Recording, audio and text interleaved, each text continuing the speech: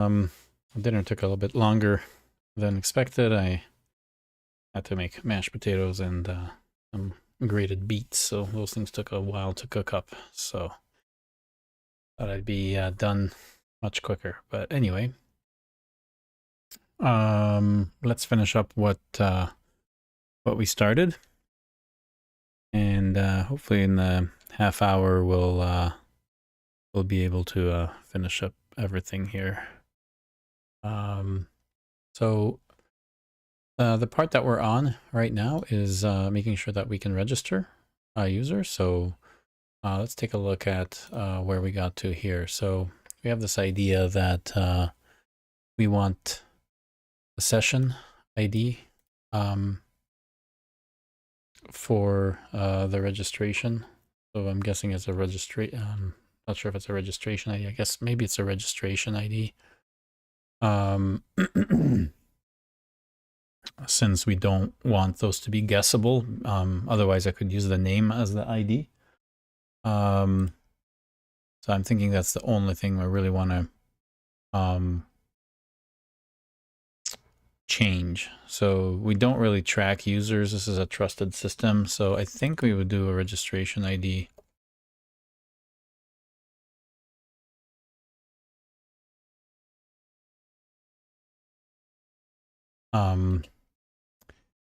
And there's a conference ID, and then your interaction with the conference, your specific interaction, sort of your user ID for this specific thing is this registration ID.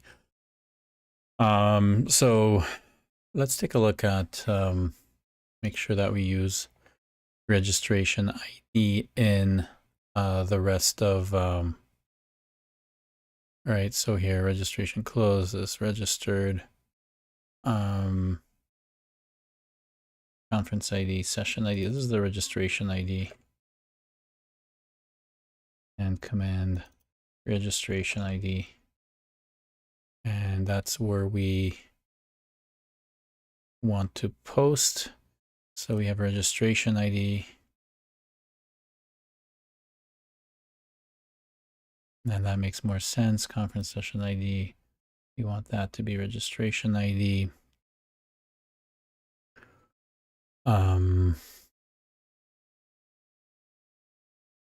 And that's, I think that's good enough. I kind of didn't really want to implement this myself. I wanted to kind of have this be auto-generated through AI because we actually want to have the test cases. I think we should just do them graphically.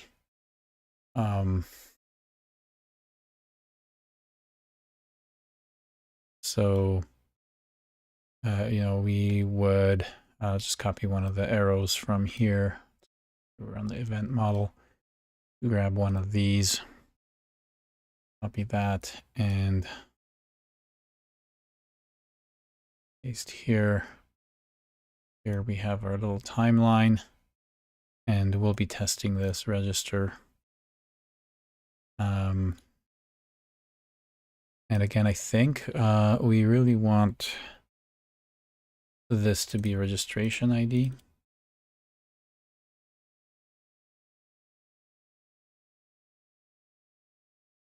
Let's make it a little bit bigger. And same here, we want this to be registration ID.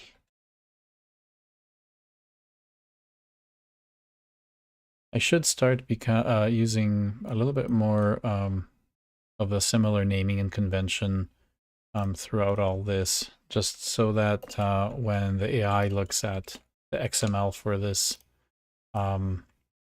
event model, you will see you know, common names, and that'll make it a little bit, you know, even more automatic, because it's been very accurate given these types of specifications. So you know, we can sort of start to play around now with kind of what we expect this to look for, like closed event, a registered event, unique ID, generated event.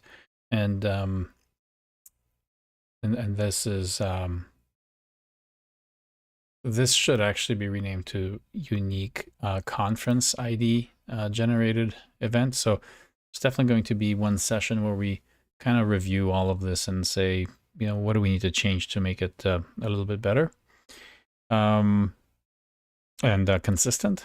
Consistency is really good so that people understand, you know, the names are not changing all over the place every time you go through that, but we kind of understand what's going on.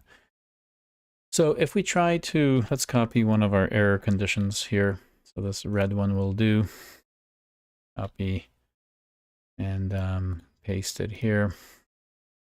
We can basically say that this is an error where we don't have no registration, no conference exists. This conference doesn't exist.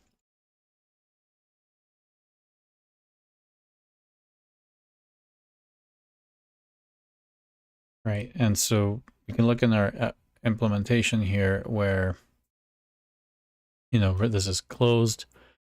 You're already registered. And, you know, this, I should say conf ID. Conference ID, definitely.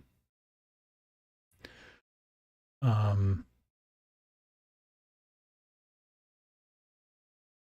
conference ID should be used throughout. And so the default here, where's our accumulator? Here, conference ID right here.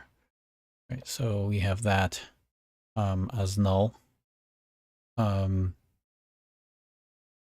So we also have, yeah, if it equals null, no conference ID found, we could say no conference exists.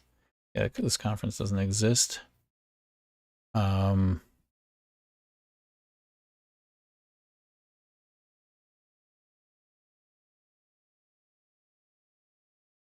So this is when we actually generate this. We'll see that there will be more, you know, if we want to show that a couple of conferences already occurred, that we want to make sure the last one is the one that we're registering for. So, so what are the different, yeah, we could try doing this at the beginning and it's not going to, you know, register participant. And we're going to assume that it's feeding us some stuff that's maybe maybe someone's trying to spoof it or whatever, but who knows. But we know that if we're not set up to have one, we're not going to be able to do that. And so how do we make these scenarios? Well, we look in the history of like how the sessions actually get started, how the conference gets started. And one of the first things that happens is we get the conference ID provided, right? So, and in fact, I don't know if that's the right event that we're using. Unique ID requested. I kind of want to change what these names are because in our code, when we look at, you know, this joint conference and provide, you know, providing this stuff. So here we have, where's the events? Let's look at the, so there's the, okay. There's the requested event. Okay, that's fine.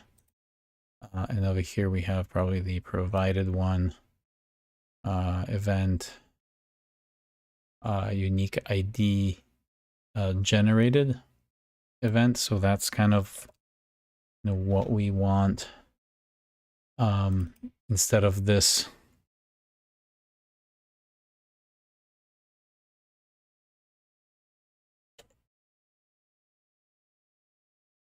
Okay, why is control left? Yeah, it's kind of weird. I think VS Code is a little bit too hungry for grabbing keystrokes for its own thing. So some of the regular things like control shift left doesn't highlight the word. you know, so we can do that minus the event. Same thing here.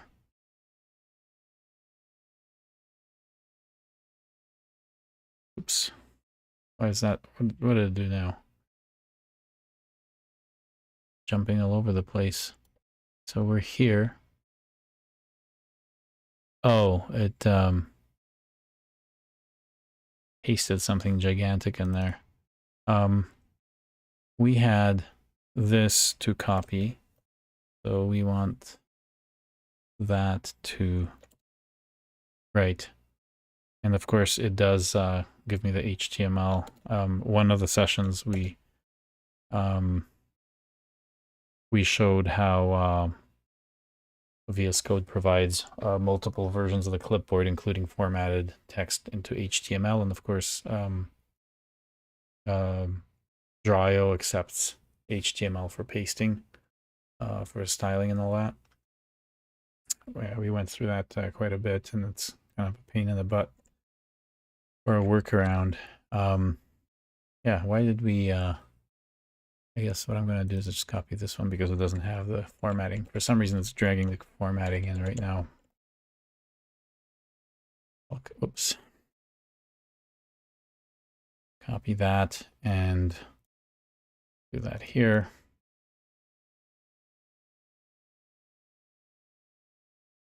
Same with this here.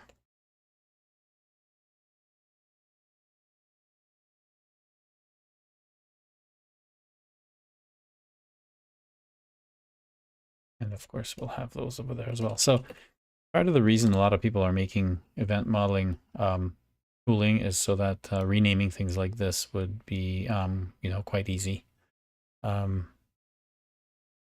Instead of, you know, I don't think even Miro has a search replace.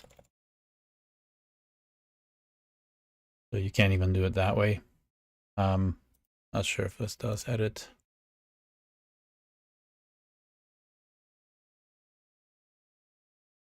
Guess I could try, see if this actually does have find replace.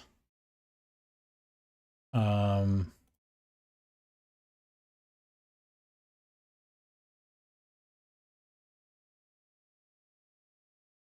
then we want to replace with the board ring. What the hell? Why'd I go here? I think I clicked on the wrong thing. The board ring here.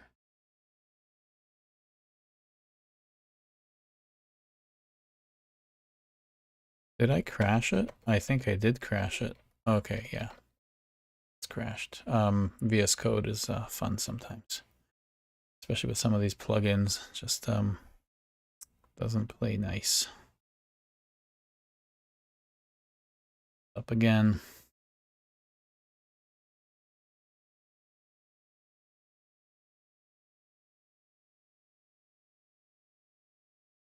Close this.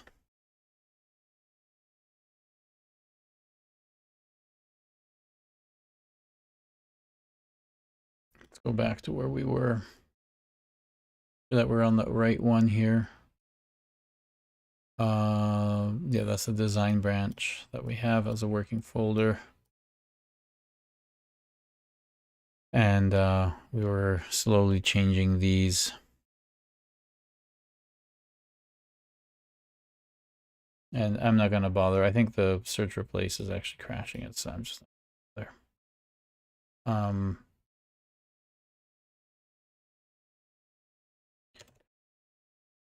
Okay, so and this is conference ID.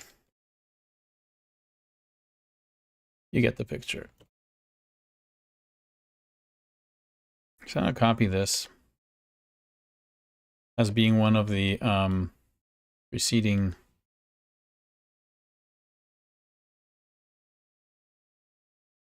events here that can happen.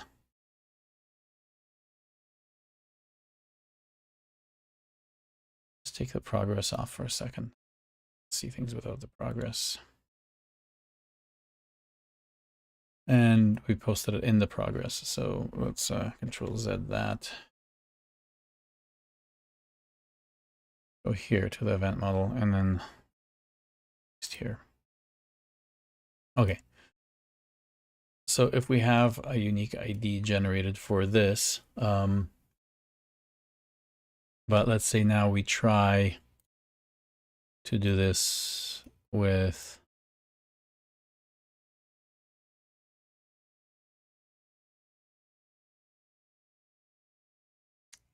the conference ID.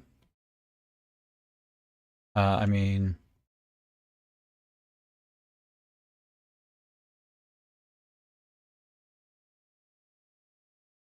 okay, so we have that.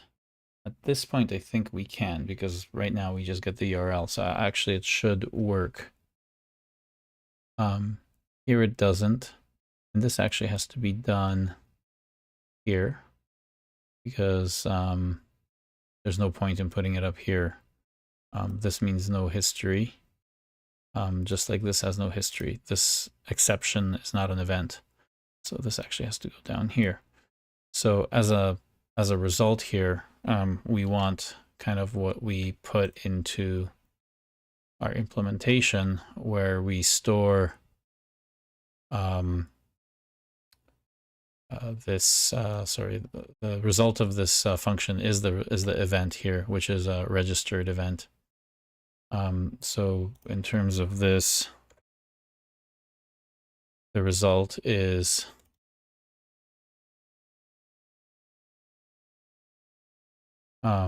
registered. And I dropped the word event from this, so it's yellow. We know that it's an event. And here I want to just copy exactly what we wanted from here. Except that conf ID, I want to make sure that we have the same, start to use the same names. So I think after this sprint, I'm just gonna have a cleanup commit that's going to reset the naming to be consistent, etc. We'll also look at if there's someone else that had the same name, but we should probably reject it. And we can also use this as a concurrency kind of problem that people always complain about in event sourcing. Well, how do you know these things aren't happening at the same time? So we'll find ways to guarantee that we don't have this race condition, so to speak, kind of concurrency that of trying to write the same name from two different users. You know, we may allow that. I mean, we can calculate the chances of that happening, and if you know, something like that happens, you may just want to, you know, hey, there's another Adam at the conference, so I guess I should rename myself to use my full last name or something, or some other identifier, and take care of it that way. But you know, the system should be nice enough to just warn me and say that, hey, someone else is already registered as this name, and blah blah blah. So yeah, let's get rid of this conf ID thing, and of course we will rename this. We don't have a session ID, we have this registration ID, right? So this is a registration ID instead. Just delete this whole one here, delete the whole thing, and try it again here. So conference ID, and here we have the registration ID. Let's copy this part. Again, we should probably copy the rest because this is a conference ID now.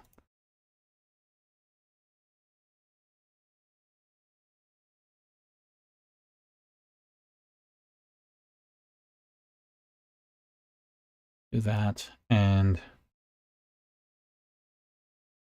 then we can copy most of this. These two.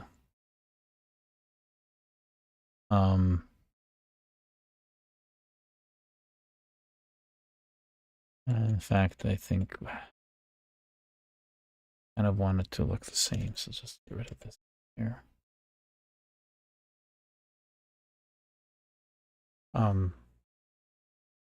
Registration ID, the conference ID is the same. Yeah. Let's give ourselves a little more room.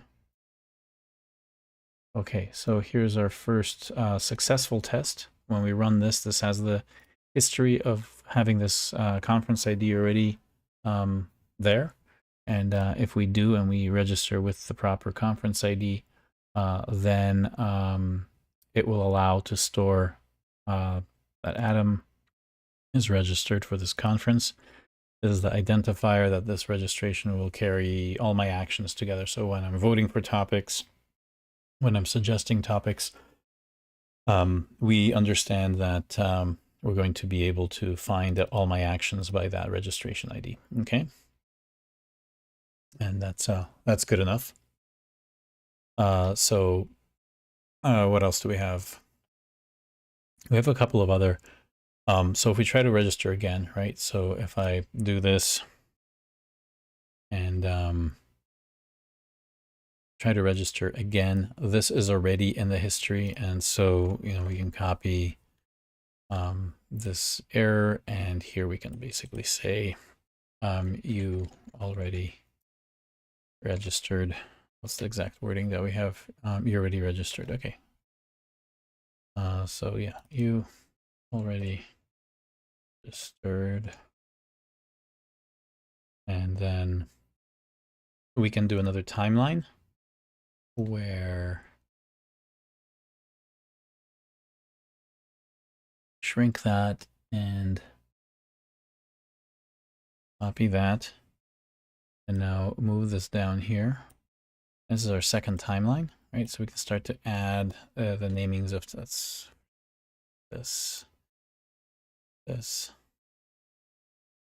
shrink the layers, go back here and just look at how we name things here. So we have, I basically got rid of that arrow. So let's copy that back here, paste here, and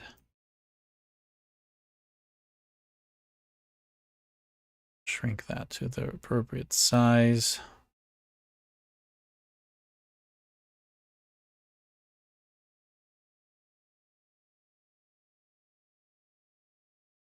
And you see that we actually named these timelines.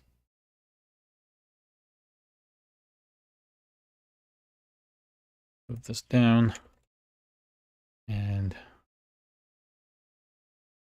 this name kind of belongs above the arrow. So we have the timelines named. So we can copy this and use that as our template for this. Paste here, and here we want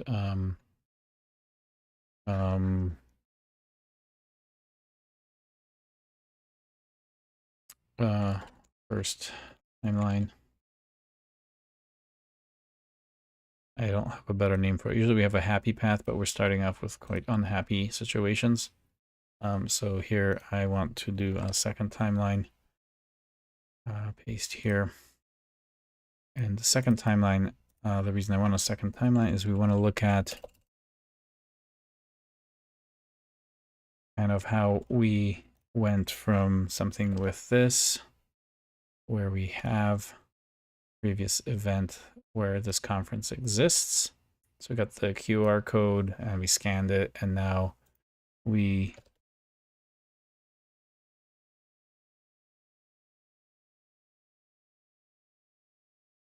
register. Actually, we missed the deadline, right? So we want to have in here, we have this registration closed, right?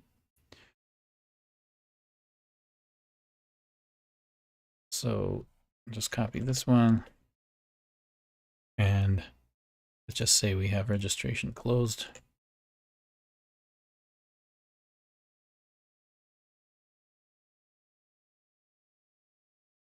And that's the conference that we have, and we now got talking to someone and the organizer already has closed the registration. So here we want to basically tell them registration is closed already. Closed. So something like that. Registration is closed, right? So again, don't have to say that. We say registration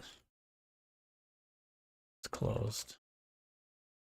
Closed. Okay. The other thing we might want to show is that this yeah, I think that's good for registration is closed. We also want to show that something that is in the past, because we're going to have this system run for multiple conferences. Before we do that, I want to extend this timeline. So we already registered, and then I want to do registration is closed. So that's fine. We go on with our conference, and then let's say in a couple of months we have another one of these conferences, and so here we have conference ID with let's say 22, something like 222 333 4444. And sorry, just not giving myself enough room here.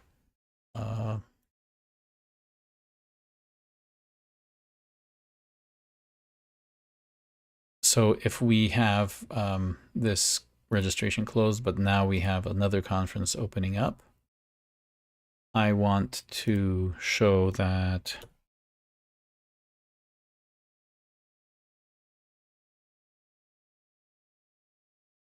yeah, what do we expect? That's one of those things, because I don't know if our little state machine is going to understand.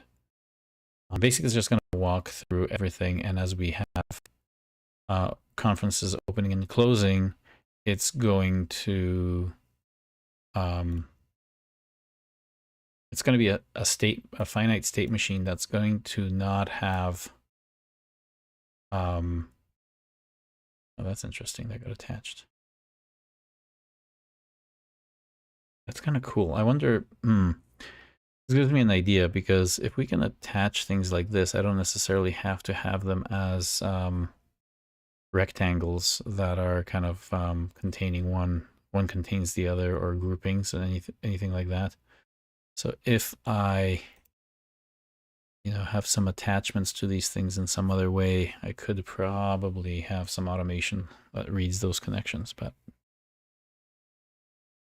oh, hey Kevin, nice to see you here. I don't in this case I'm using flat files. I'm using Zero frameworks. I'm actually doing this as a very low code, low tech way of doing things.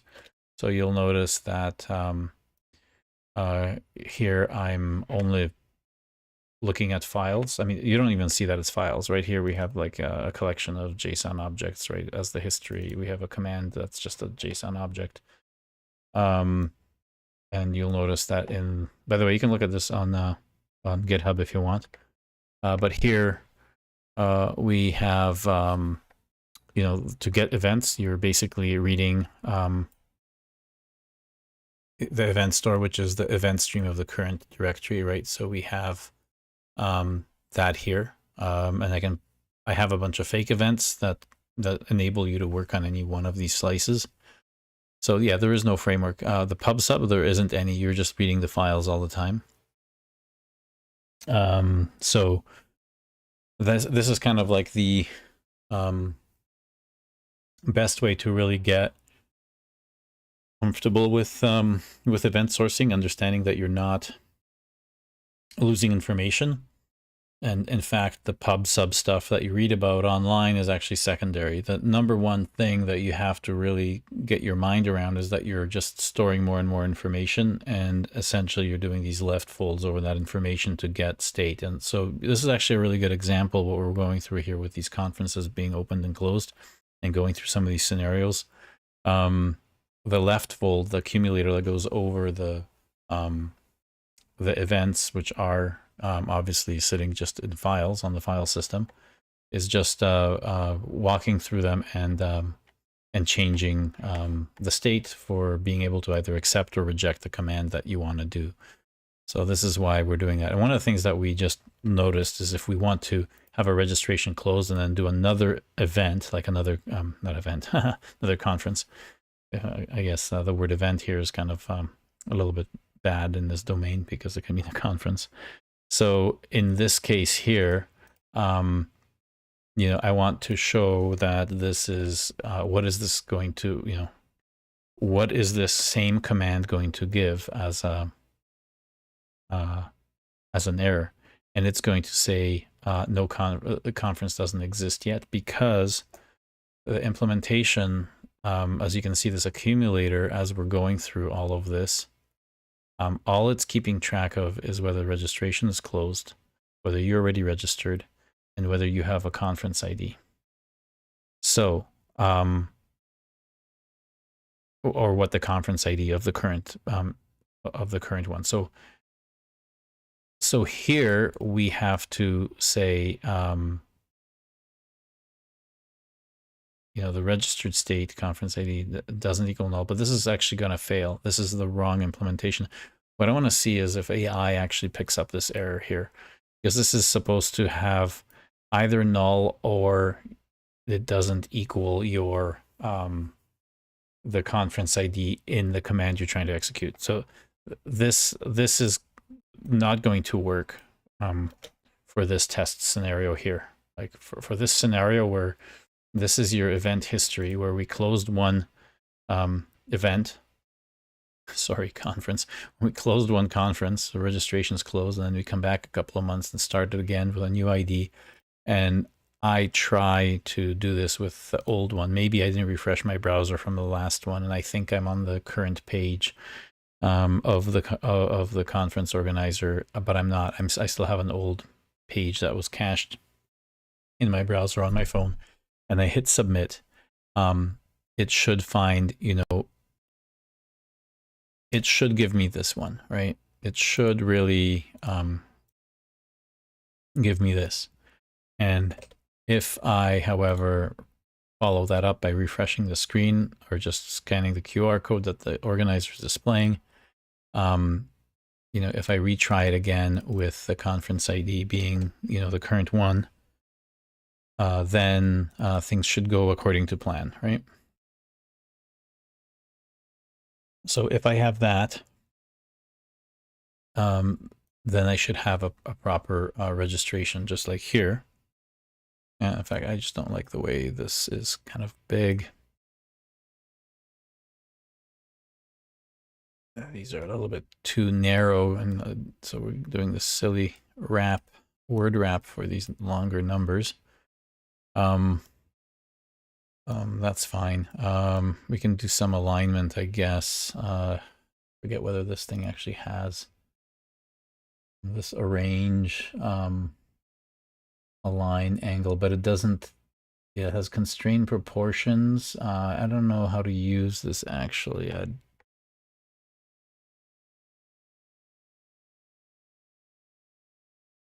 I think that means something whether things enlarge if you have them in a group. I don't know what this is. I'll have to play around with it at some other point. But, you know, I guess if I do get the grid going, I might be able to make a nice snap to something common so that these actually look the same size.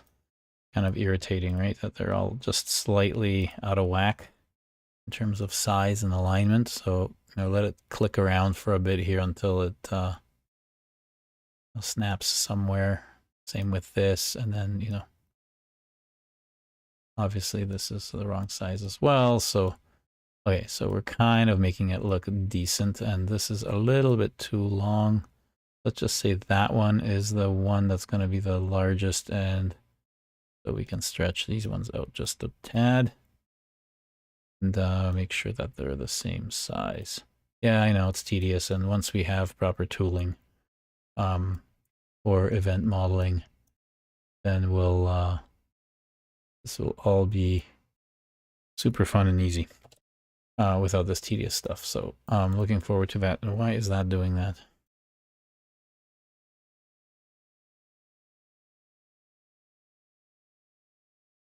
What did I drag there? Is that some like arrow? I think I dragged some arrow.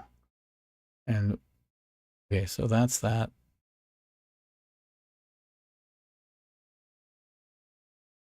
That's really annoying. I kind of can't move that arrow well, but that's okay. So I just want it to be aligned somewhere decent.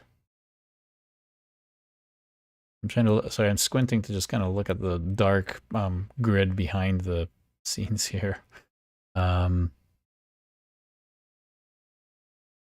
I guess I'm snapping them to kind of halfway here.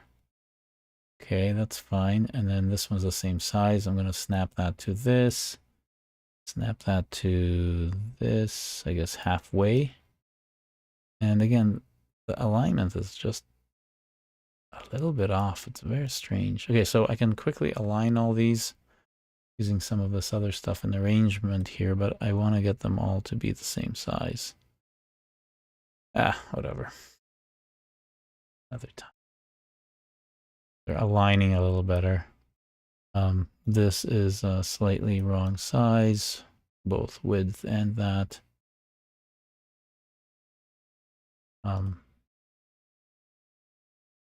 These as well.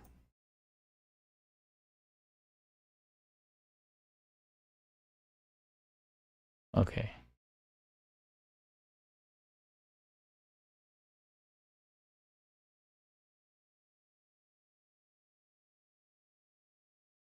This actually looks too close together. Let's move it apart a little bit. Okay.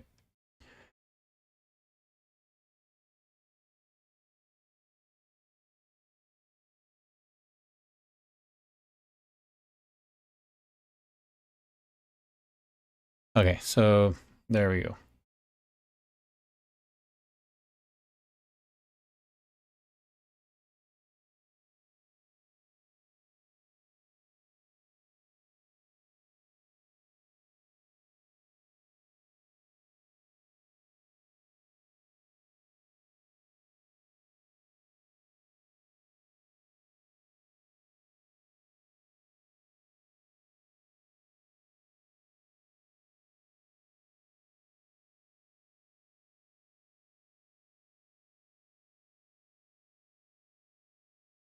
All right.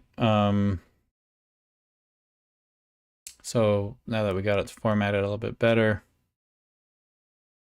let's take a look at that. So here we're trying to register with the last year's. Oh hey. Oh, the GitHub GitHub link is. Let me just show you here. I'll just.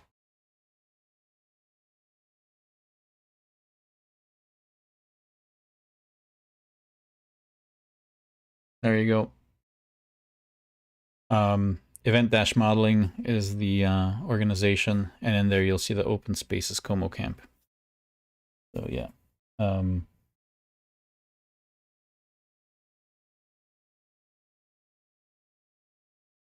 Oh, the projection part. The projection part is so you're struggling with the projection part. The projection part's one of the most fun things, and in fact, yeah, we have examples in here in this code base to kind of, first of all, make your own test runner, because your testing in event source systems is really along these given when then ways of working, and given then for projections. So given then is the only way you do projection. So in this project, you can see exactly how we do that in here. So this is a slice that is actually a state change, SC, state change, where we're testing commands.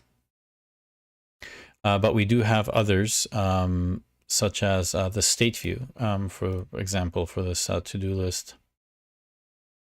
So here we actually have events and states in each row. We can obviously have an event that doesn't need to have the state tested. Replay the logic to recreate the projection seems to be quite tricky. It isn't. It's not tricky. It's actually quite simple. You just never do it because in traditional development, you're just looking at state and that's it. But as you can see, you already are, in essence, doing this in other applications. Just the work is done in a different place. So, for example, replay logic here. Start off with, a good example of what your projection should have as you get more and more events in your history, right? And this is kind of what we do. This is default. We always look at the previous row to see what the previous events are up to this point. In this case, there's none. So this is what it should look like when there's no events. This is what it should look like when there's this event, right? This is what it should look like when we have these two events already in history, right? So these are very easy tests to automate. And I would encourage you to do event modeling for event source systems because you can be very explicit about what you want your projection to do, right? All of this really does that. And I can, put in multiple timelines here to show different sets of histories and how this reacts in each case. I can label them to have a description. And of course, this ends up in, in this test runner. The test runner I wrote myself. It's not rocket science. It's pretty easy. Right at the bottom here, all we're doing is we're going through each slice. It's a connection. Then we have a timeline in each slice, and then we're basically checking at each checkpoint if we have, if we're testing a command or if we're testing state, which is your projection, right? So you're talking about projections. Each projection has just a signature of given then. There's no action on a projection, right? You're basically just projecting what the events in history mean to you, right?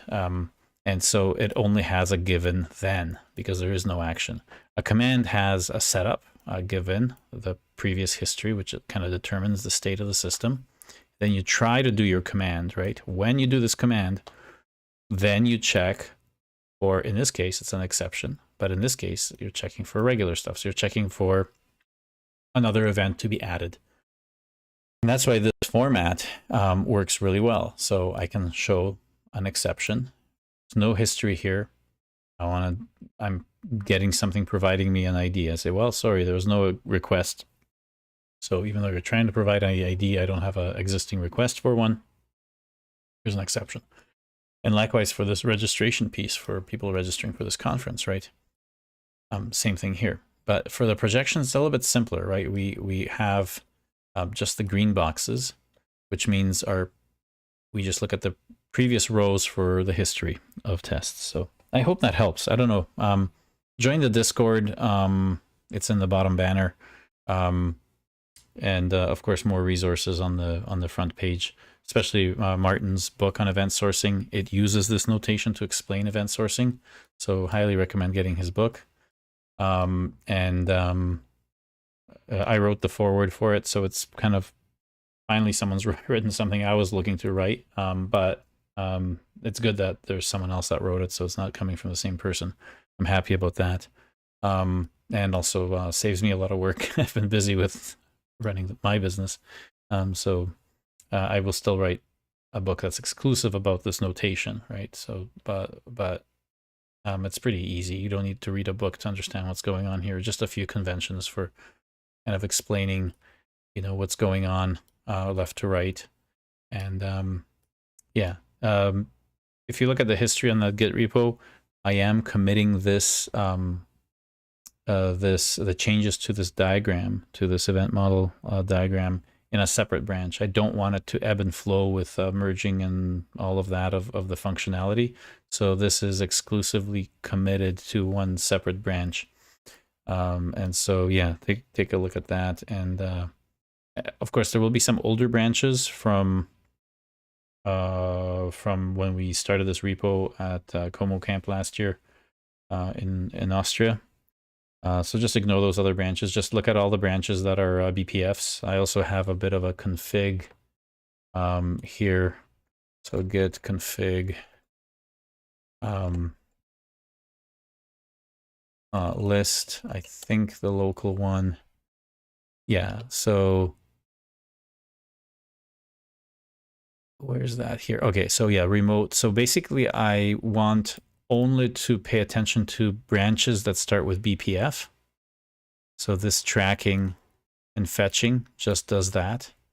And so these other ones here are automatically tracked when I push things up and all of that. So they just keep getting added on. But the rule here is, you know, when you set up your origin, when you're cloning this, make sure you change this to not be star, just make it BPF star, and then you'll have only the branches that we're working on for this phase of the project, right?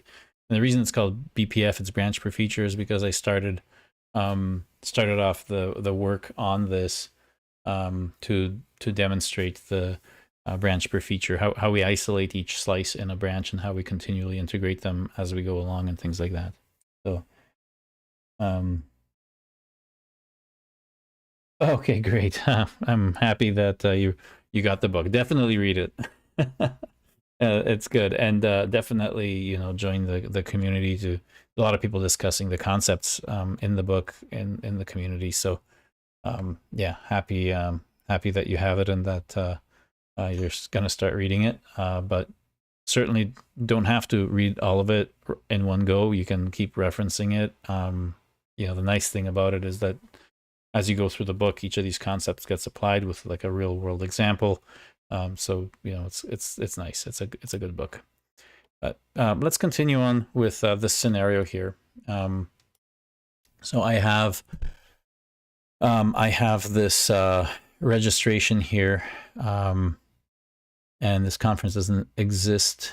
Is our exception when we have this new conference started, but I'm trying to register with the old conference for whatever reason. I get this exception. I don't know if this is the right size, whatever. But finally, when I do register with the correct one, I can just copy this registered event and paste it here. And here I can basically say that, okay, this is the conference ID. Registration ID is probably going to be different, right? In fact, you know, for some reason, if who knows why, but sorry, this is that one. You know, maybe we want another exception. Maybe we actually haven't specified this yet.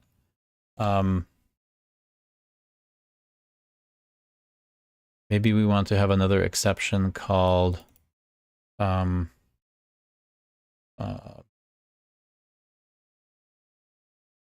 registration already exists. You already registered, and I'm not sure if that's the right exception that we want. You see, it's a little bit too close to this one, already registered, right? And we kind of see that we have almost exactly the same thing, but we're really looking for the same registration ID. So we can just say you're already registered, you know, although it's not true. And it might mislead the person, you know, something. Yeah, I don't know. Maybe we have a different. Yeah, I I don't know what to say about this. I mean, the reality is that this should rarely, if ever, I mean, this should never really happen. The only way that this could happen is if someone on purpose gets the payload to be different, to match something before. So if they're so, you know, I really don't care if they get the same message.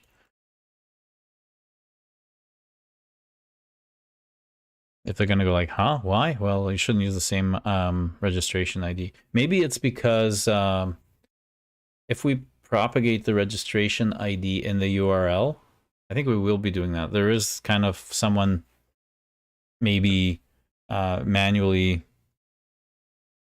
They couldn't really do it because that's done behind the scenes. I don't see how this could ever happen. But whatever, if it does, for some odd reason, someone is sending a command like this. Yeah, because see, this registration ID is generated on the server side, so there's no way that someone could spoof this from the server, from the client side. But whatever, we'll just reuse this exception. If this is like impossible to see, if someone is doing some funky stuff in the testing environment, whatever, we'll keep it like that. So we already registered because we have that. And then so now we need the finally to succeed. We need to have this, and we need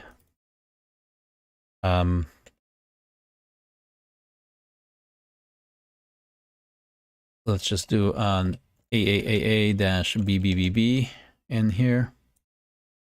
That's what's going to actually work. AAAA-BBBB. And that should work, right? So our specification is now kind of showing, you know, what's supposed to happen. Now, this all looks kind of like a run-on sentence, so we may want to add some labels here, and we do that previously here. You know, second request behaves the same way, so we have these kinds of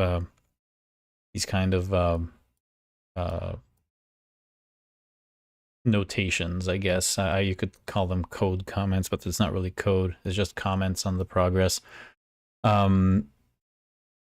So, you know, we could just, I think for now, we could just mark that. Let me turn off this grid. It's a little annoying. I guess you can't really see the grid, can you? Might be able to. So let's grid view appearance. Where is the grid? Oh, it's in here. Grid. There we go. Okay. So no grid. I'm gonna paste that here, and we're gonna say a second conference is started later.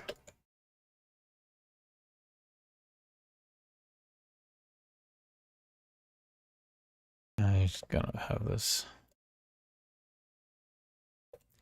So a second conference is started later in the year. Just later. Okay.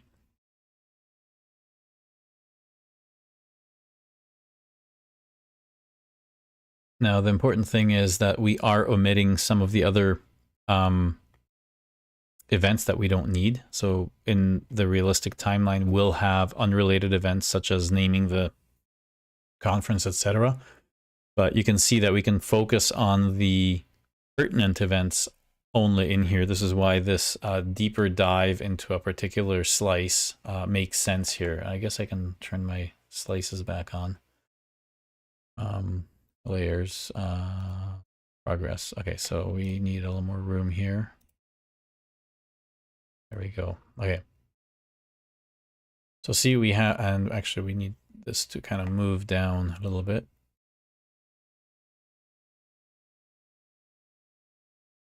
And of course, then we need to so keep increasing this in size. Okay.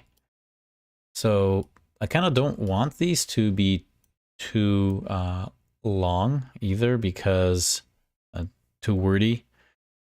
Simply because I won't be able to capture them in an image. And yes, I should definitely not be using an image to paste into the chat in here for AI. I should have a JSON representation of what I have here to just be text.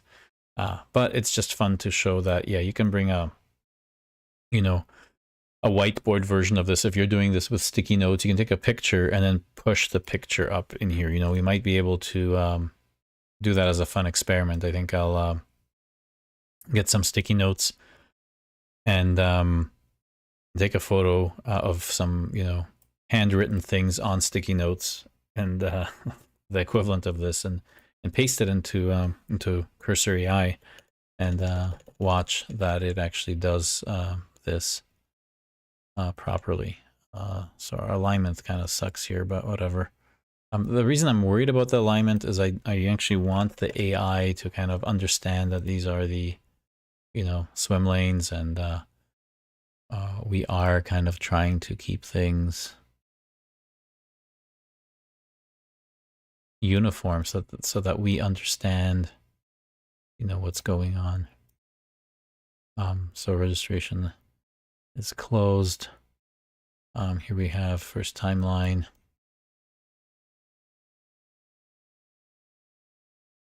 And yeah, this second conference has started. Not later, maybe that might throw it off. Let's just say just started. At this point, we're essentially, starting the conference here. In terms of the instructions you might want to give to your prompts, pre-prompts, you may say that, these given when-thens have a sparse history where the events are reduced to be only the ones that are relevant for the functionality that will be running here, right? So in here we are, oops, let's turn off the progress again. I just want to move these over, oops, locking. So yeah, we just want to move this over a bit. Kind of like all the arrows to kind of move forward, right? No backwards pointing arrows like in Git. Right, so we have that. All right, so we have that. Yeah, this looks like a kind of a good spec at this point. So let's see if we can turn this into a test. Again, the magic here is that we can take a picture of this. Let's just make sure everything is visible. So I'm going to do a screenshot. Hopefully all of this is visible. Okay. Copy that. Now we can open up our chat, open up a new chat window, get rid of that.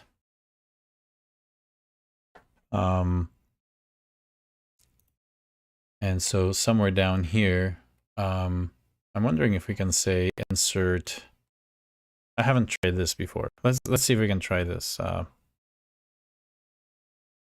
Let's do Control K to do this and see if I can paste the picture. Yes, okay. So right here, given this picture, insert this test scenario. This test. Sweet. Insert this. So I've only done the conversation on the right, that window, but let's just see if we can do this on saying, hey, I know exactly where I want to put those tests. They're testing this register state change and register ID. Yeah, right. So it's a command that we have. So it should be able to correlate everything. Let's give it a go. Oh, it does. Oh my goodness, look at that. Register state change. It's giving me happy path. I don't know why. So far that seems to be not so good. Conference ID, event history. So it's not taking the command out of here, right? So the first line should be, it's doing state first of all. And it should recognize that, yeah, so it doesn't work here. I don't think it has all of the context here. So I'm just going to reject this and try it in, with the code base. I'm going to paste this in here and say, and now say, add this test, add these tests for registration, and adjust the implementation. Okay, and if we do it with the code base, it should do a better job. Now, the problem that I found with this, when you apply this, it always seems to add all that stuff at the bottom, and the way that we have our test runner hooked up, I kind of want to move the test runner up to the top and somehow have it run at the end, but right now, this whole thing, run tests, execution is done here, and the reason it's done here is because all of these tests are adding, where's the test here? Yeah, these tests here are a push into the array. So if I have one of these after the run, obviously it's not going to pick it up, right? So yeah, whatever it generated here, let's take a look at whether it actually did it better this time. So let's see if it read. So it knows that there's an exception. It knows that there's a command, which is much better because that is kind of what we have in our picture, right? Can I shrink this? Why is this large? I don't want this showing up. Yeah, there. Is there a collapse for this? Collapse. Ah, why don't you have a collapse? Okay, the images have a collapse. Why can't I? Okay, so open this up again. Right. Add these tests for registration and adjust the implementation. Okay, so the minute I click somewhere else, it shrinks back. Okay. So I have to go back here. So the first one is an exception, correct. Second one is the command, correct, with all the right stuff in here. It's even adding a timestamp, which is correct. So it's filling in some missing pieces. The next one is just the event, correct. And this test is doing the caught error, run with expected error. This is really good, and it's pulling the exception out of what's been passed in. So the test runner passes this in. I'm going to just move this over a little bit more. I'm going to close that panel and close down the layers. Let's expand this a little bit more so we can see. All right, so this is quite good. Let's add the tests. Yeah, this event is just one that is setup event. In this row, there's nothing to test. It's just adding an event to the history of events. Here we have the event with a conference ID, registration, and the name. And this is the result of this command here. So we have the command specified. Again, this is all that current slice here. Sorry, current checkpoint within this timeline. So again, we do have a timeline, and it is actually picking up first timeline. See, the other one didn't when we inlined it. I think doing the Control-K and automatic insert there is for very local specific changes. If I really wanted to know my general approach, I need to use the chat window. because this is much, much better in here. It's getting everything correct. So it's pulling out the fact that I got the first timeline here.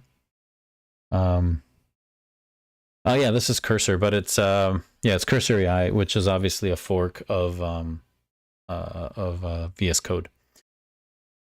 So yeah, this is doing it correctly here.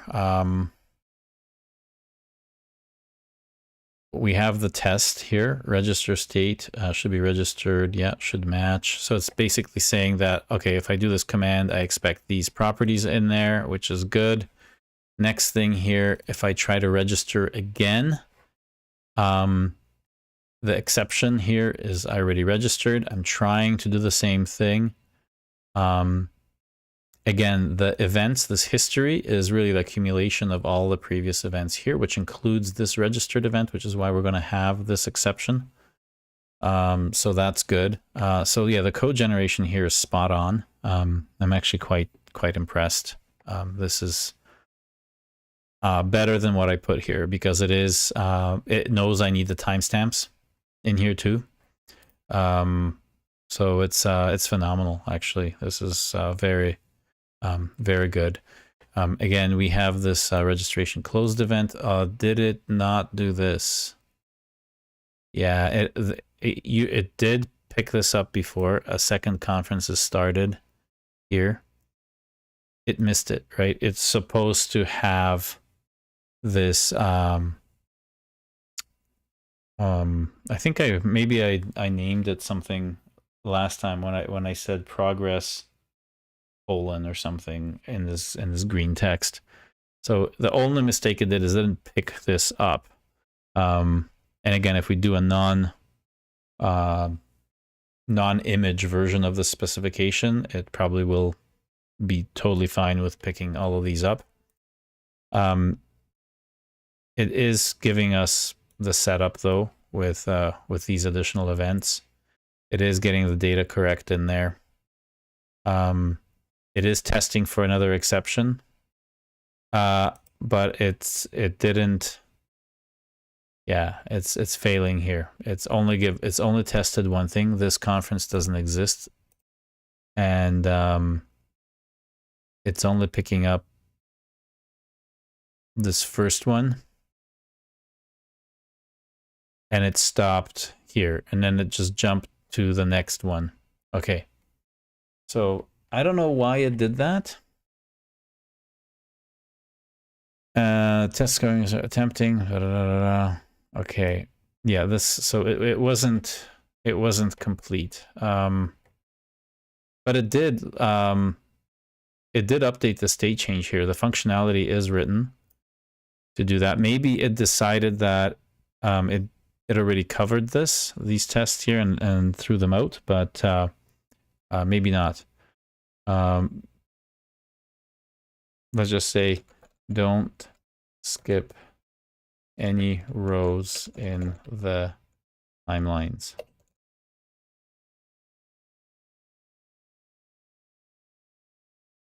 Let's give it a go again, see if it does any better. I don't want to have to excessively prompt. It should have enough examples of previous implementations. It's giving me this implementation here. Exists false already registered.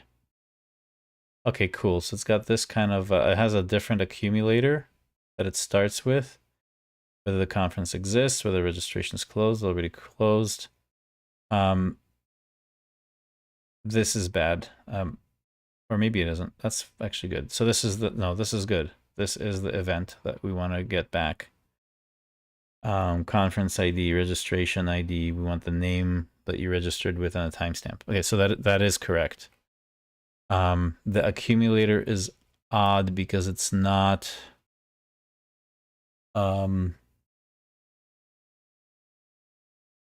I think it'll get tripped up on this other stuff here for a second one. I don't know if it was able to do that, but let's see what if it actually was able to copy all of these timeline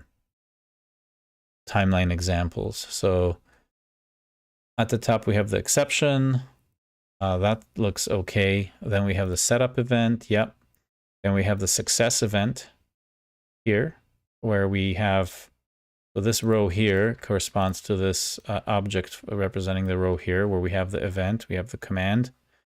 And that's what the assertion is supposed to go against, result against event. Yeah, in the specification. It's running the test.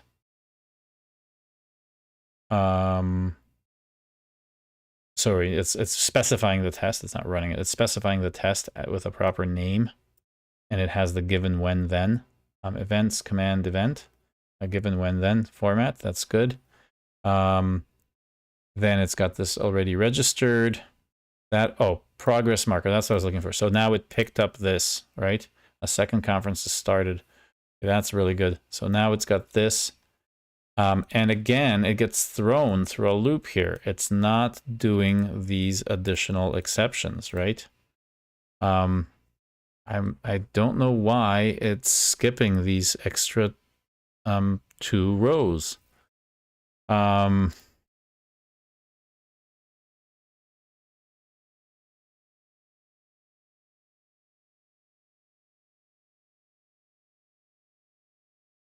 Is it getting tripped up by that? Okay. Don't skip any rows in the timelines as they show subtle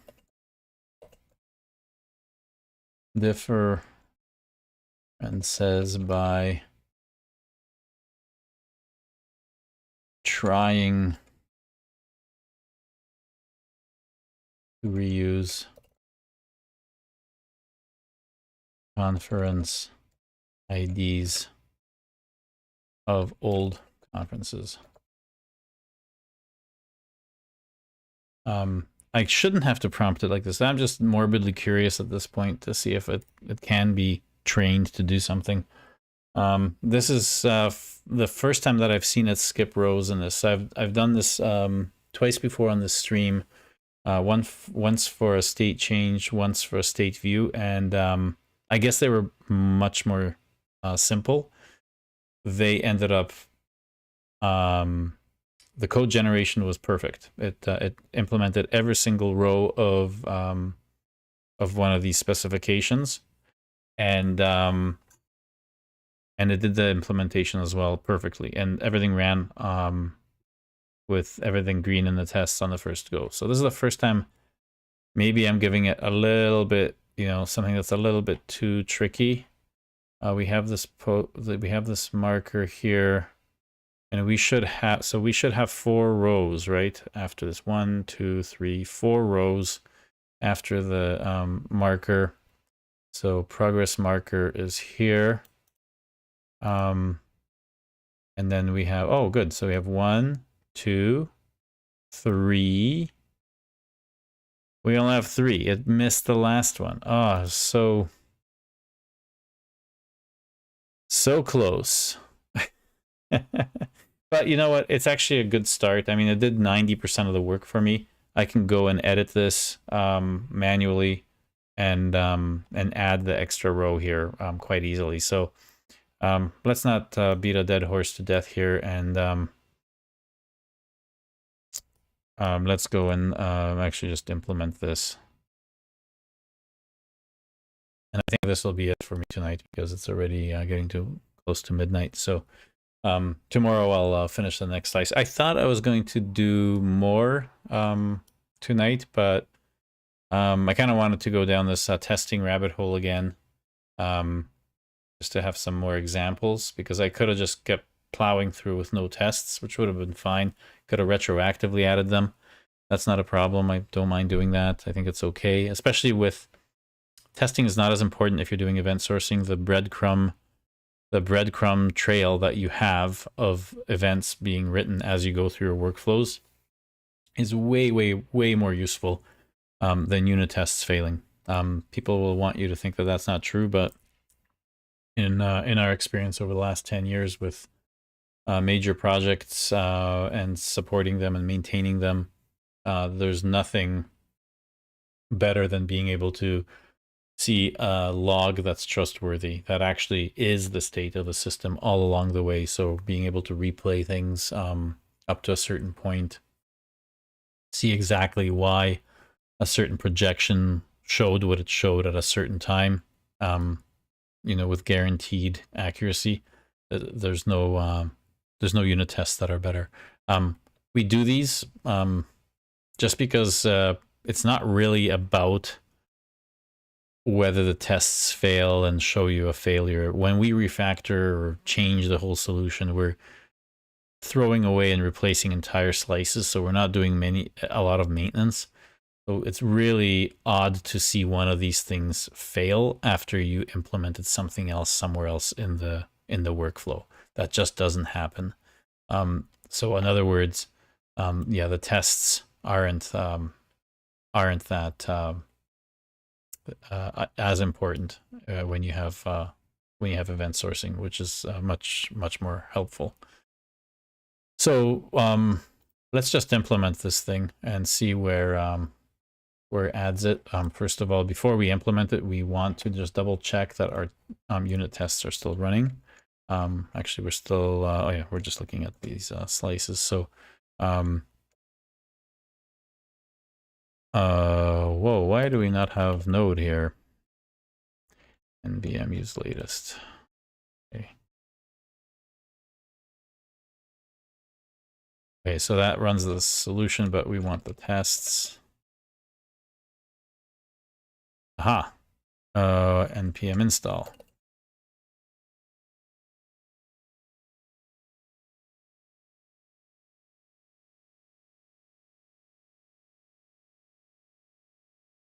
Okay, that's why it didn't work. There we go.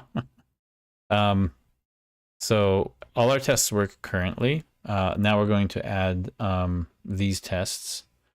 So we'll go up here and apply these changes, right? So let's go up here, push this, and then we have this as the new. So it has a different kind of implementation, a little bit shorter than the last one. So let's see if we can get active help in the actual editor here as we type. So let's apply this here. And so you will see that it's adding all these tests, but again, oh, it's actually adding them in the right place. Oh, this is finally it learned. It's very strange. All the other times that I had to generate stuff, it ended up pushing everything down below the last bit of code. And unfortunately, we have this infrastructure stuff, our test runners or asserts at the bottom. I want it there. I want all of the functionality to be right in the middle of the file. And again, I could break it out into multiple files, but we're just playing around here. So I kind of want to be in one file for everything for now. It's very well organized other than that. So let's say that that's okay. It added all that.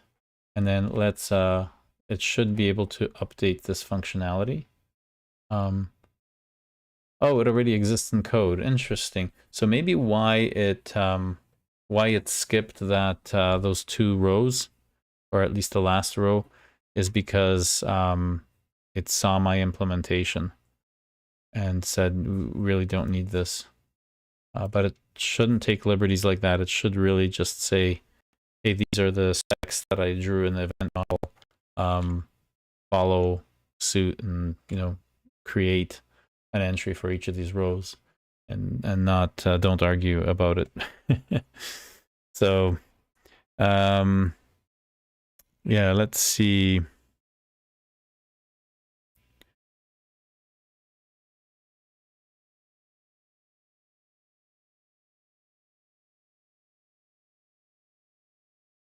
I'm just double checking about messages here to me.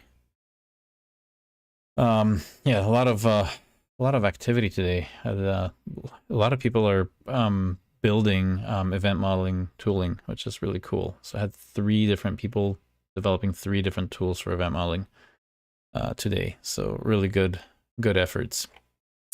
by everyone, and yeah, really looking forward to see what they do and how successful they are. So so now we have that added. We accepted that, and so let's just run the tests. And the first time we have a problem, right? So let's let this thing figure it itself out, right? Add to chat. Got some failures. Please fix.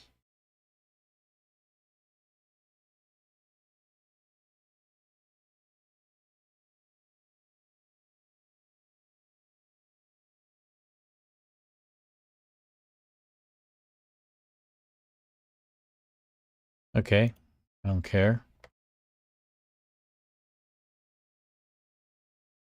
Let's give it a little bit of, okay, so.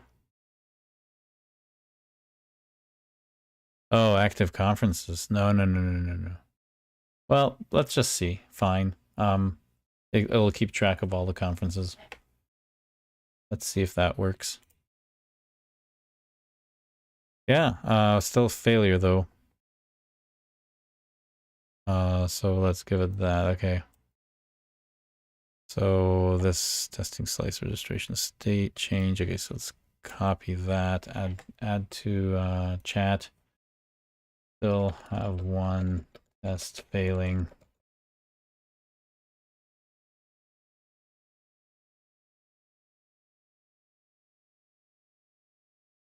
Yeah, I don't care about your reasoning. I just want to see if you were. Yeah, registration. Whatever. Let's apply it.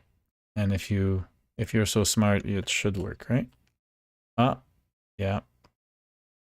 And then we have, okay, I think it's a whack-a-mole from that one instance where I said that, you know, that weird functionality of trying to register for a conference that's in the past, that's already done. And maybe I just want to keep torturing this. I know I can fix it myself. I just want to torture this thing to see if it'll do it. So let's add to chat. Now you have a different test failing. This is actually interesting because you can have really silly test scenarios where you make it impossible to kind of make them all pass. I guess that's a good point for why people do TDD and just add one test at a time to kind of stop when one thing fails or makes previous things fail, right? So, but again, I do think that if you create scenarios in here, you're going to have really no need for that. These little weird, I'm doing something very strange here in terms of this implementation. So I'm wondering if, if this will be, yeah, see, that's interesting. Let's see what that does. Yeah, see, this is whack-a-mole, isn't it? Okay. So let's do something interesting and just copy this.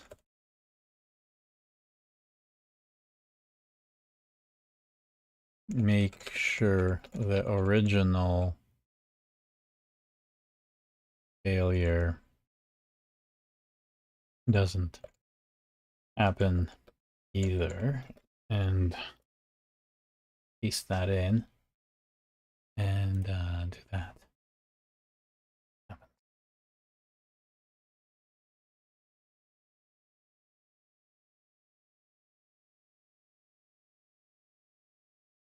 So this is not trivial because it's chasing its own tail through this whack-a-mole situation. which is good. Seems to be wanting to change something. It does want to delete these conferences. Well, let's see if that was the magic thing that fixed it. No. The message is not correct.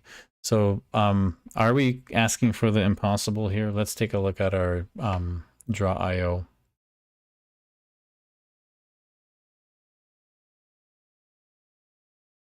You're already registered. Conference exists. You're already registered. Registration is closed.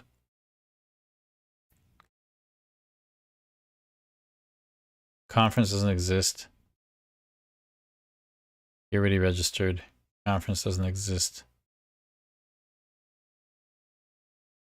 Yeah, this is kind of like what I was fearing was going to happen. My idea was to basically have the accumulator in that function as it's going over conferences opening and closing. You know, it basically should just check if the conference is null or if it doesn't match the conference ID in your command, and that should take care of it. So I think there's too much context here for it to, or my tests are bad. It's not really isolating this well enough. So let's just fix it ourselves.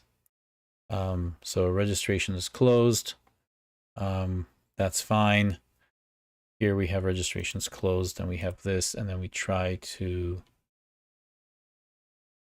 do this. And I think I know what it's doing, because it's reading this timeline and saying, okay, I do have an old conference with this ID that's closed, and I know you're trying to register for the old conference. And yet it sees this thing about registration is closed.